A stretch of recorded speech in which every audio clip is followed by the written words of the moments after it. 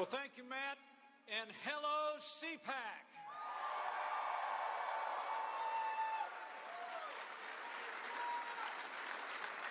It is great for us to be back at CPAC 2019, the largest gathering of conservatives anywhere in America.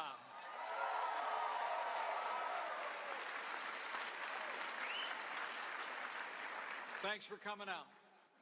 And I'm honored to be joined here by thousands of conservatives in our nation's capital, but I also want to give a shout out to all those great conservatives watching across this country, especially all of our friends joining us live from Lynchburg, Virginia at Liberty University. I'll see you in May.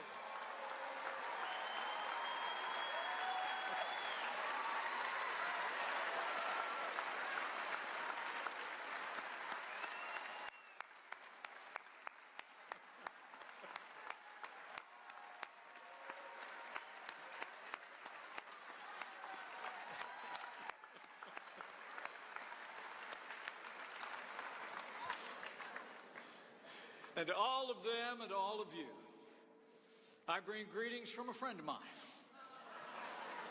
a man who restored American leadership at home and abroad, and a man who can't wait to be with you tomorrow. I bring greetings from the 45th President of the United States of America, President Donald Trump.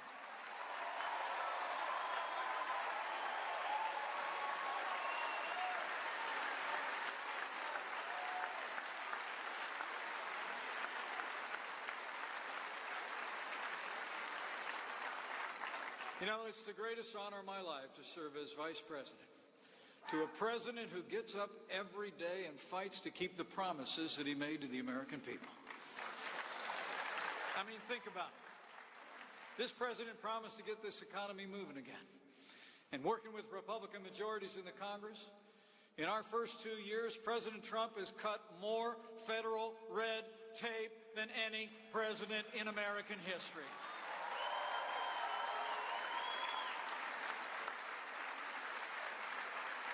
We've unleashed American energy, and now the United States is the largest producer of oil and natural gas in the world.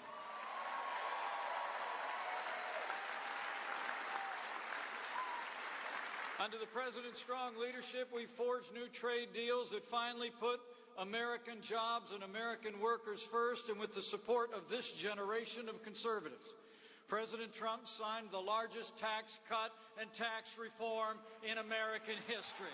That's promises made and promises kept.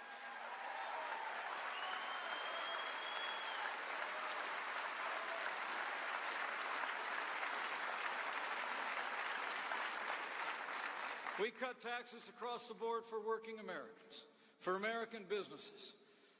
And we cut out the core of Obamacare. The individual mandate is gone.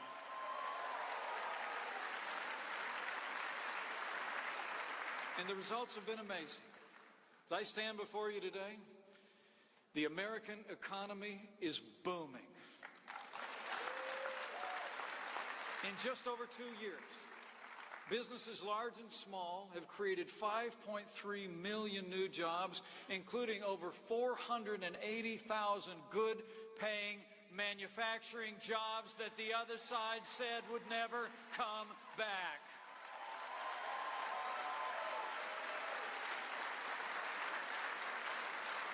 Unemployment has hit a 50-year low, and more Americans are working today than ever before in the history of this country.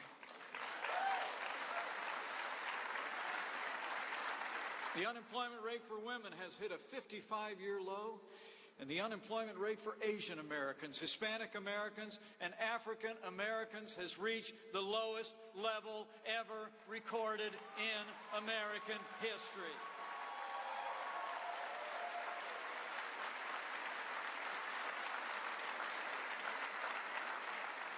And the wages of working Americans are rising at a faster pace than they have in more than a decade. Under President Donald Trump, working Americans are winning again. The forgotten men and women of America are forgotten no more.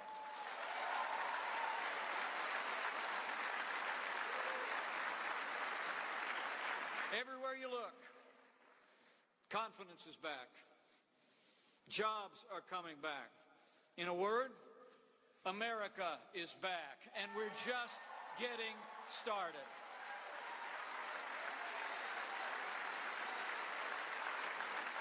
But for all the progress we've made, President Trump has no higher priority than the safety and security of the American people. And from the first days of this administration, this president has worked to make the strongest military in the history of the world stronger still. And last year, President Trump signed the largest investment in our national defense since the days of Ronald Reagan.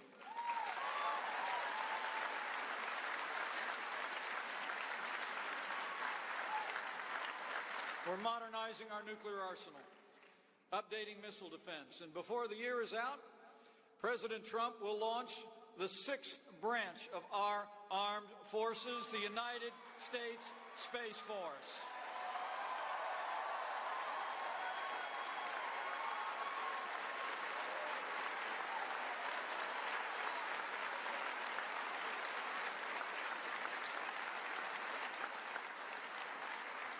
Under this commander-in-chief, we'll make sure that America is as dominant in space as we are on land and air and sea.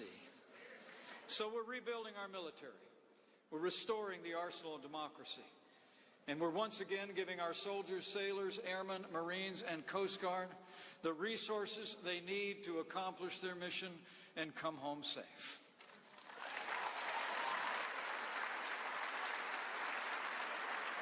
And we're also standing with our veterans and all the men and women who have worn the uniform of the United States, and we restored accountability to the VA. We're finally giving our heroes access to the world-class health care that they earned in the uniform of the United States. Veterans' choice is here.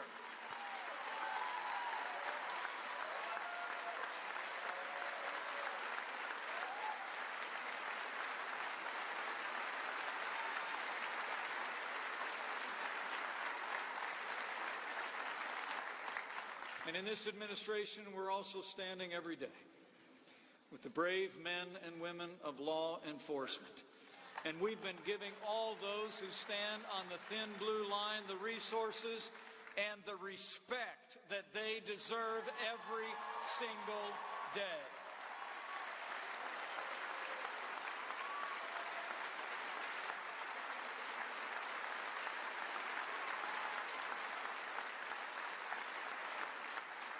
And that includes the courageous men and women of Customs and Border Protection who put their lives on the line every single day. Under this president and this administration, we will never abolish ICE.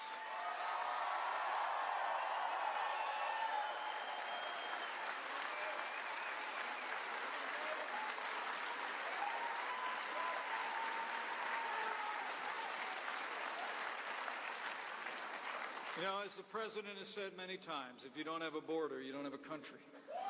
And since day one of our administration, we've been working to remove dangerous criminals from our streets in record numbers, enforcing our immigration laws and working to secure our border.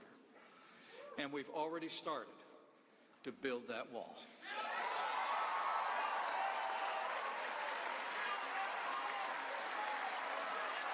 And I'll make you a promise. Before we're done, we're going to build it all.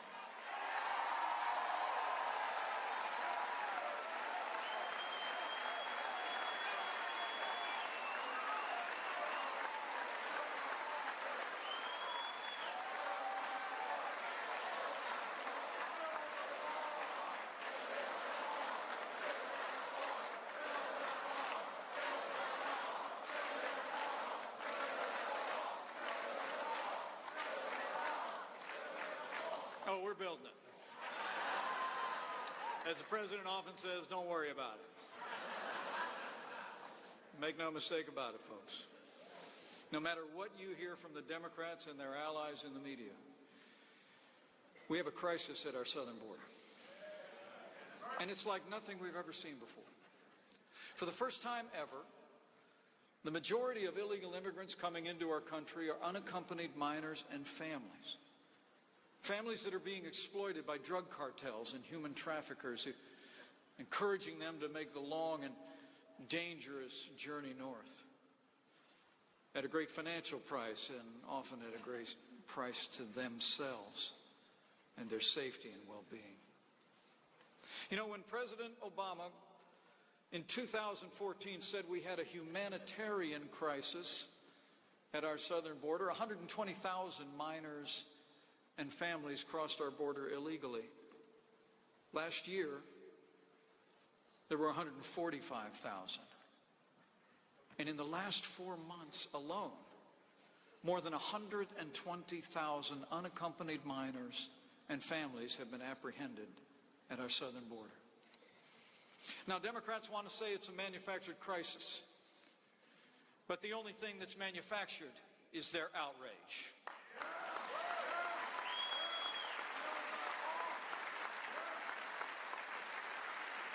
Every day we don't secure our border, we're allowing the crisis to worsen. More lives to be endangered, more people to be exploited, and more drugs to flow into our country. That's why President Trump used his authority under the law to declare a national emergency on our southern border.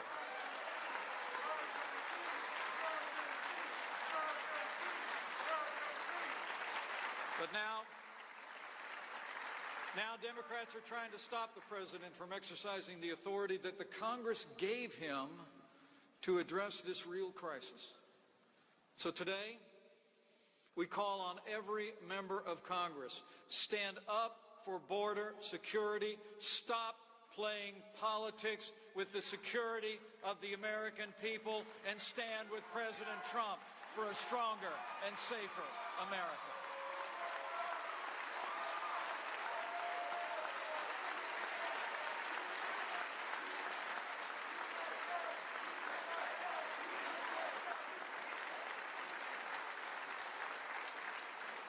With his renewed commitment to law and order, this president's also been busy seeing to our judicial branch.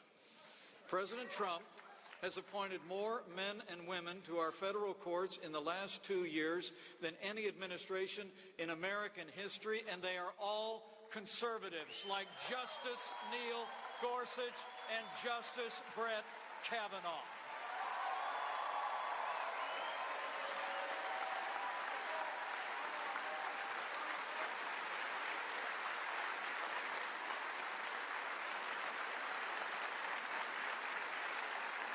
And they're conservatives who will uphold all the God-given liberties enshrined in our Constitution, like the freedom of speech, the freedom of religion, and the Second Amendment right to keep and bear arms.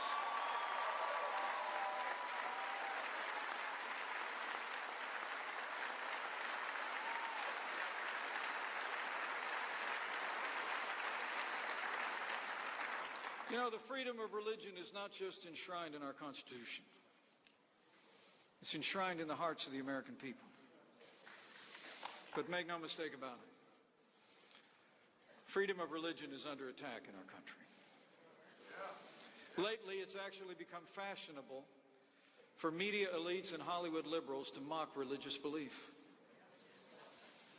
My own family recently came under attack just because my wife Karen went back to teach art to children at a Christian school.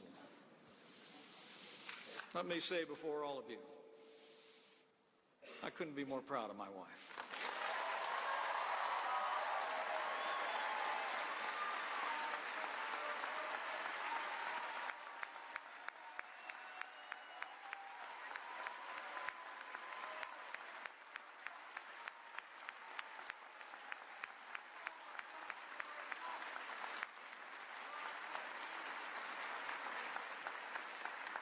She's a Marine Corps mom. She's a great school teacher, and Karen Pence is a great second lady for the United States of America.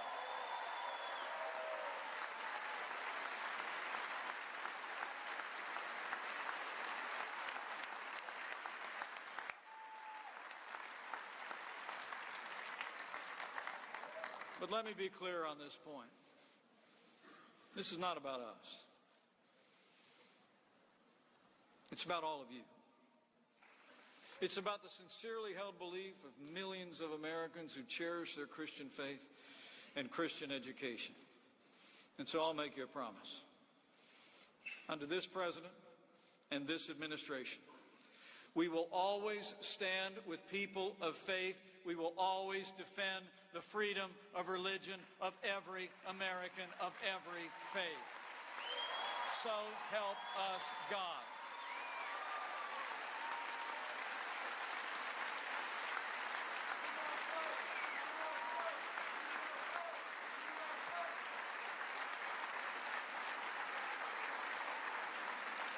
And as we reflect on our God-given liberties, I got to tell you,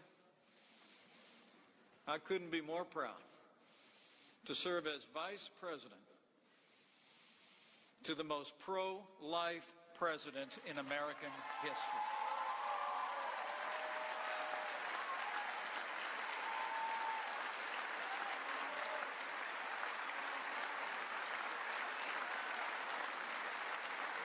Since the first days of this administration, President Donald Trump has stood without apology for the sanctity of human life. In one of his very first acts, the president reinstated the Mexico City policy preventing taxpayer dollars from funding abortion or abortion providers around the world. And here at home, President Trump signed a law to allow all 50 states to defund Planned Parenthood.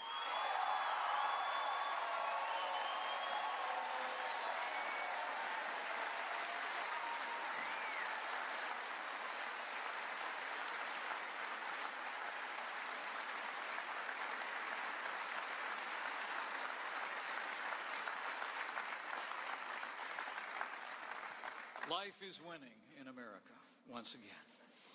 But for all the progress we're making, tragically, at the very moment that more Americans than ever before are embracing the right to life, leading members of the Democratic Party are embracing a radical agenda of abortion on demand.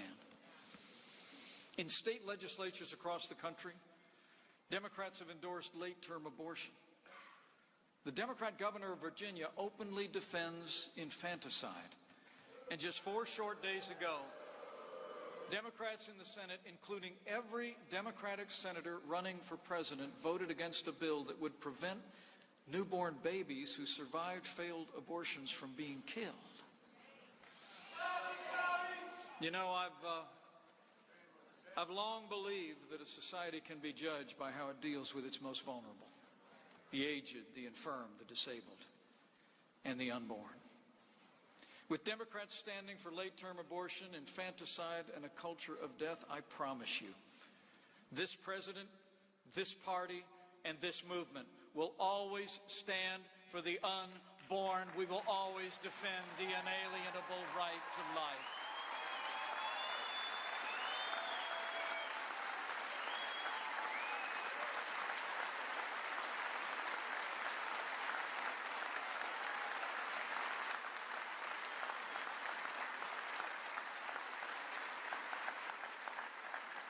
So we've restored American strength and security at home. And we're doing the same thing around the world.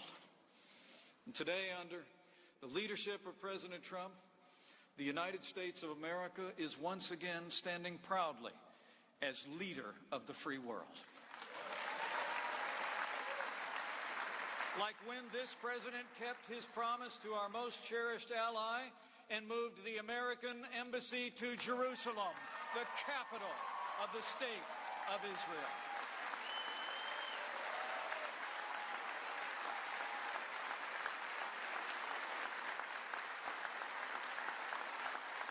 So we've stood with our allies, and we've stood up to our enemies. We've taken the fight to radical Islamic terrorists on our terms on their soil. In Iraq and Syria, thanks to the courage of our armed forces and our coalition partners, the ISIS caliphate has been decimated, and our troops have liberated 5 million men, women, and children.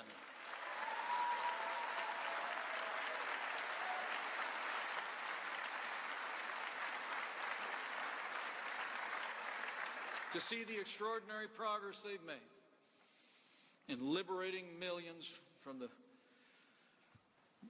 vicious grip of ISIS. I say with conviction again what has been said throughout history. The armed forces of the United States are the greatest force for good in the history of the world.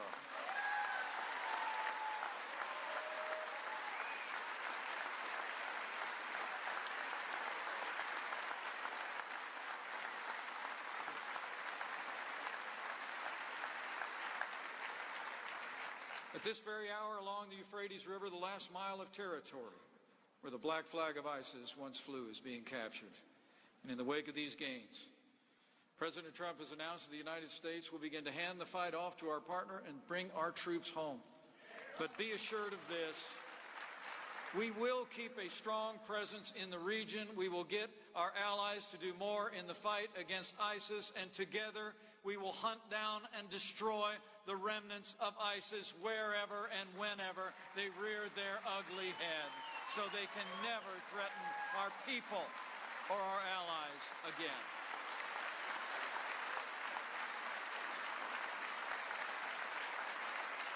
And with that strong leadership on the world stage, President Trump has also confronted the greatest threat to peace and security in the Middle East when he withdrew the United States of America from the disastrous Iran nuclear deal.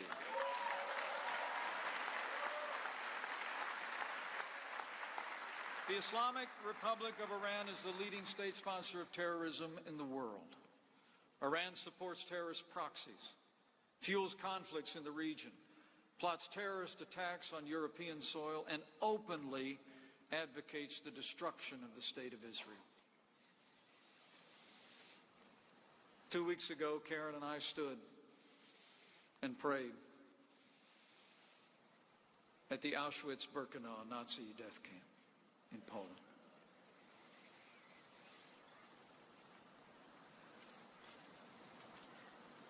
The history of that time must never be forgotten.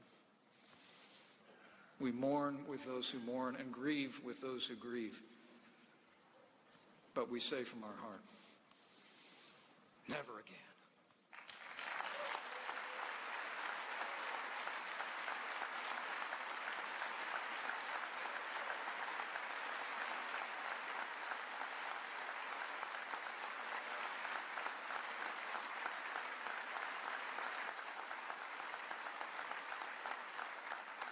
As we stood in that place, I thought, when authoritarian regimes breathe out vile anti-Semitic hatred and threats of violence, history teaches we must take them at their word.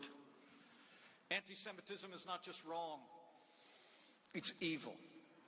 Anti-Semitism must be confronted wherever and whenever it arises, and it must be universally condemned.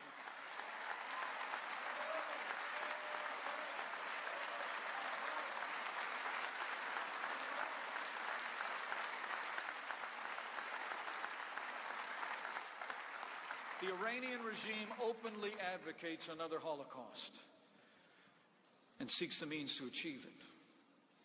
But I can assure you,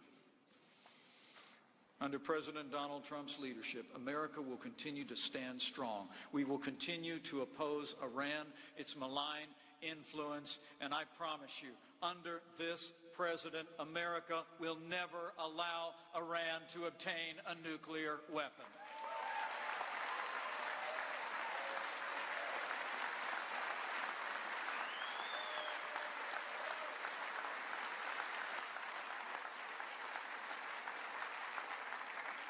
So as the world has witnessed over the last 2 years, under this president, the United States will continue to seek every opportunity to achieve peace, even as we stand strong on the world stage. We'll approach every challenge with our eyes wide open. President Trump deals with the world as it is, not as we wish it would be. And the truth is that effort for peace been nowhere more evident than in the progress that we've made in the Indo-Pacific over the last 2 years. It's remarkable to think that when I stood at this podium 2 years ago, North Korea was engaged in regular nuclear tests, launching missiles over Japan. threatening the United States and our allies. Faced with this threat, President Trump rallied the world around an unprecedented pressure campaign, and the world has witnessed the results. No more nuclear tests. No more missiles being fired. Our hostages are home, and Karen and I had the privilege to be present in Hawaii as the remains of our fallen Korean War heroes began to be returned to American soil. Thanks to President Donald Trump, our boys are finally coming home.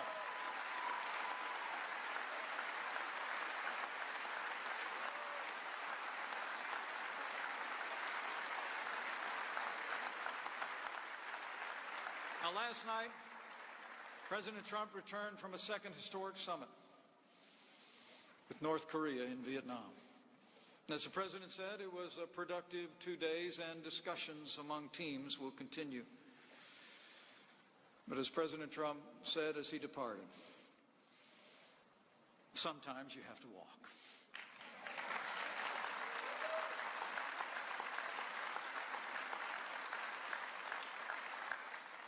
And I can assure you, after decades of failure with North Korea, under President Trump's leadership, America will not repeat the mistakes of the past. We will keep seeking peace. But for the sake of our security, the sake of the people of the Korean Peninsula, President Trump will stand firm until we achieve the complete denuclearization of North Korea.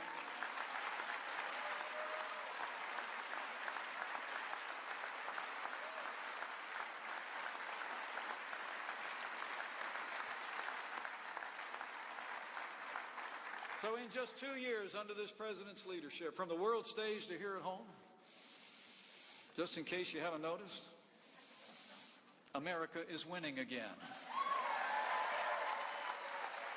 And I don't know about the rest of you, but I'm not getting tired of it. But to keep on winning, my fellow conservatives, we have a choice to make in the next 20 months. Will we re-elect a president who's making America great again for 4 more years? Or will we let the Democrats take America on a hard left turn and lose all the gains that we fought so hard to make? There you go. You know, America was founded on a simple idea. And that idea is freedom. But over my lifetime, the support for liberty, a strong national defense, free enterprise, inalienable rights has principally fallen to our party and to this movement. Today, Democrats openly advocate an economic system that has impoverished millions of people around the world. Under the guise of Medicare for all and a Green New Deal, Democrats are embracing the same tired economic theories that have impoverished nations and stifled the liberties of millions over the past century. That system is socialism. Remarkably, a leading candidate for the Democratic presidential nomination is an avowed socialist. But it's not just him. Bernie's been joined by a chorus of candidates and newly elected officials who have papered over the failed policies of socialism with bumper sticker slogans and slick social media campaigns. What they're actually offering is just more of the same. More taxes, more spending, more government, and less freedom. It was freedom, not socialism, that gave us the most prosperous economy in the history of the world. It was freedom, not socialism, that ended slavery, won 2 world wars, and stands today as the beacon of hope for all the world.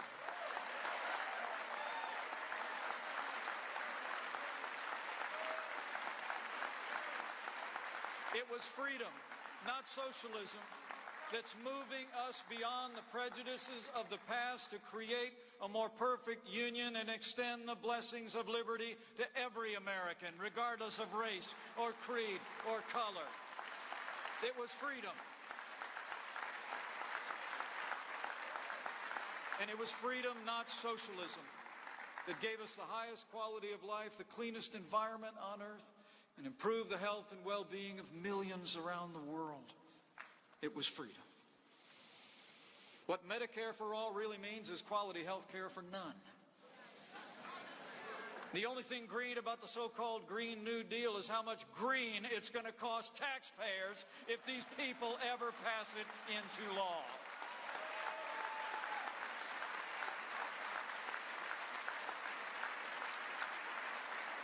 You know, Margaret Thatcher probably said it best. The trouble with socialism is that you eventually run out of other people's money.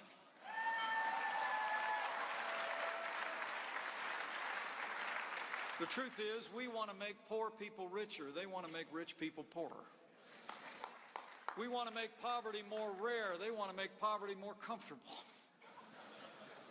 That's a choice we face today, men and women, between freedom and socialism, between personal responsibility and government dependence.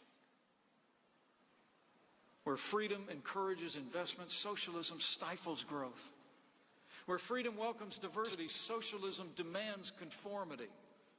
And as President Trump said in his State of the Union address, America was founded on liberty and independence and not government coercion, domination, and control.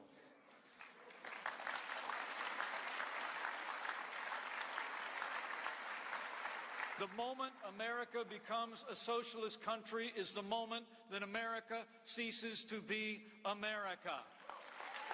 And as the President said 24 days ago, so we must say with one voice, America will never be a socialist country.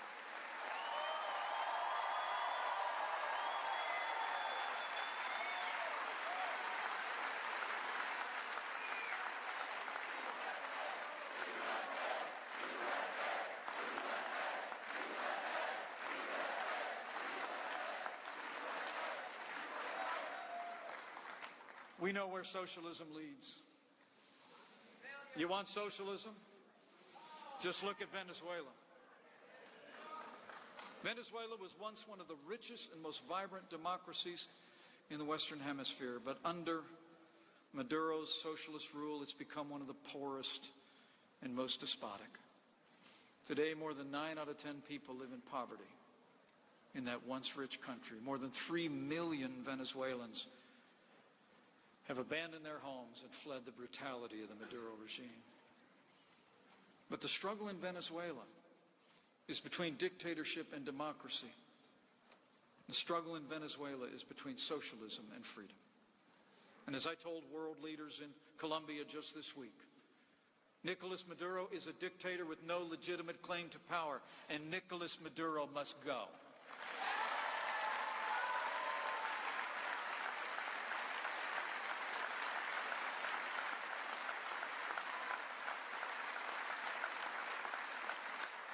The truth is, Venezuela needs what America has. Venezuela needs freedom. Freedom is about enabling people to live their lives as they see fit, not government control. Freedom produces more and better goods than any system in any other place and time in American world history. Freedom is more generous, more helpful, and more humane than any other social or economic model ever attempted, because it's the only philosophy that respects the dignity and worth of every single life and sees every man, woman, and child as made in the image of God. That's freedom. That's our heritage.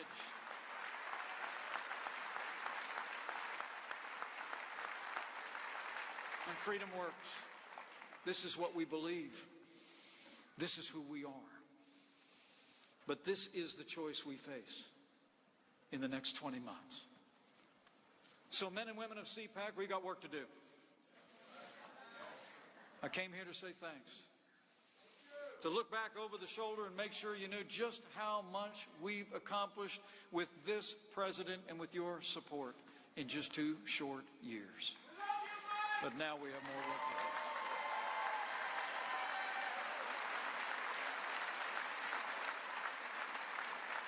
But now we have more work to do. Just as we did in 2016, 20 months from now, the American people are going to face a choice once again. You know, 2 years ago in Poland, President Trump declared, and I quote, "The fundamental question of our time is whether the West has the will to survive." As we gather here today, we must ask our movement the same question. As the President went on to say that day, in his words, do we have the confidence in our values to defend them? Do we have enough respect for our citizens to protect our borders? Do we have the desire and the courage to preserve our civilization? Looking out across this room, looking out across this great movement, I know we do.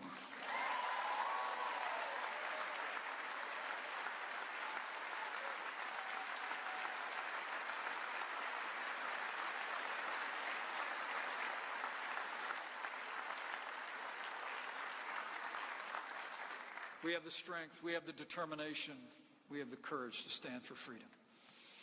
Because I have faith. Faith in the American people. That if we go out and speak freedom to the people of this nation every day in the next 20 months, if we lay out a vision for a boundless American future based on timeless American principles, if we lay out a choice between freedom and socialism, the American people will choose freedom every single time.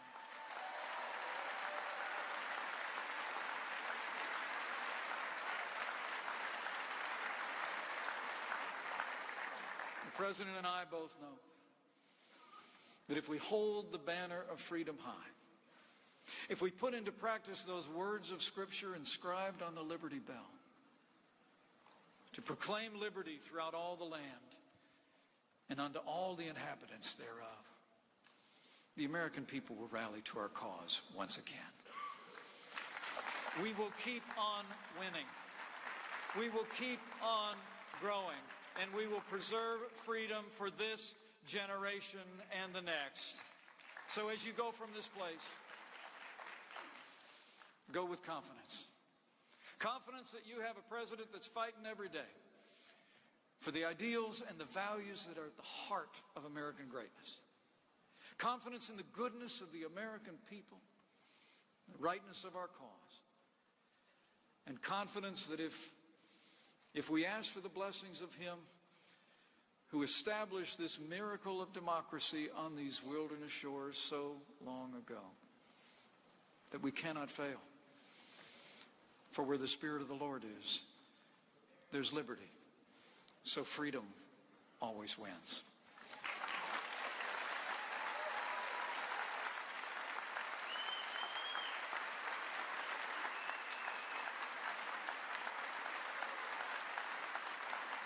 So men and women of CPAC, it is great to be with you today. The time's a wasting. We've got work to do. But I leave here with renewed confidence that if all of us do all that we can between now and November of 2020 to hold up freedom, to protect our people, to defend our values, and with President Donald Trump in the White House, with more conservatives elected to our nation's capital and to state houses across this nation, and with God's help, we will make America safe again. We will make America more prosperous than ever before. And to borrow a phrase from a friend of mine, we will make America great again. Thank you very much. God bless you, and God bless the United States of America.